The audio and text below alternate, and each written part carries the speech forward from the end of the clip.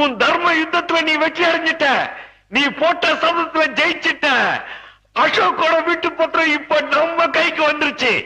இப்போ சொல்லு, உன்னையும் உன் குடும்பத்தையும் நடுத்தரவு நிறுத்தின, அசோக்கையும் உன் குடும்பத்தையும் நடுத்தரவு நிறுத்தி புல்டோசரை வச்சு அவன் வீட்டை அடிச்சு தரமட்டமாக்குறேன். சொல்லு. அம்மா, என்னப்பா? இது கொண்டு போய் அசோக் கிட்ட கொடுத்துருங்க. அண்ணாமலை, அவன் கையில பத்திரத்தை கொடுக்கறதுக்காகத்தான் 18 வருஷம் ராப்பகலா ஓடிச்சியா? அவனை நடுத்தரவுக்கு கொண்டு வரேன்னு சபதம் போட்டியா? என்னாச்சு? எதுக்கு நான் அப்படி திடீர்னு மாறிட்ட? உனக்கு என்ன புத்தி கிந்து கெட்டு போச்சா? கெட்டு போனவ வாழலாம், ஆனா நல்லா வாழ்ந்தவன் கெட்டு போக கூடாது.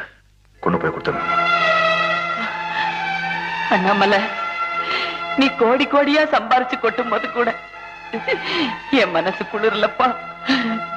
இப்பதான்ப்பா என் வயிறே குளிர்ந்திருக்கு. என் மகன் மாறல, என் அண்ணாமலை மாறல.